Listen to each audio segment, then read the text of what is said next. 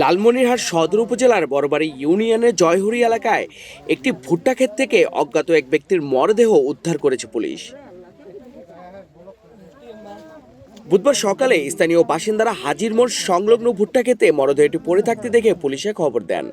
পরে লালমনিরহাট সদর থানা পুলিশের একটি দল ঘটনাস্থলে পৌঁছে মরদেহটি উদ্ধার করে।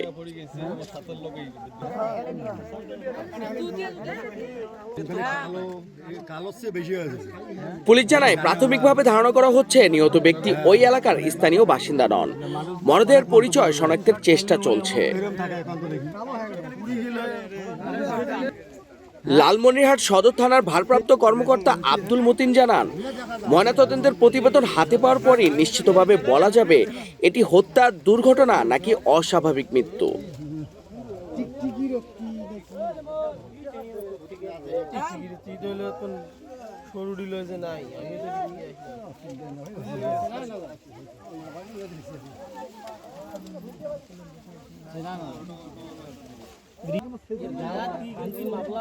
এ ঘটনায় এলাকায় চাঞ্চল্যের সৃষ্টি হয়েছে এবং পুলিশ বিষয়টি গুরুত্ব সহকারে তদন্ত করছে।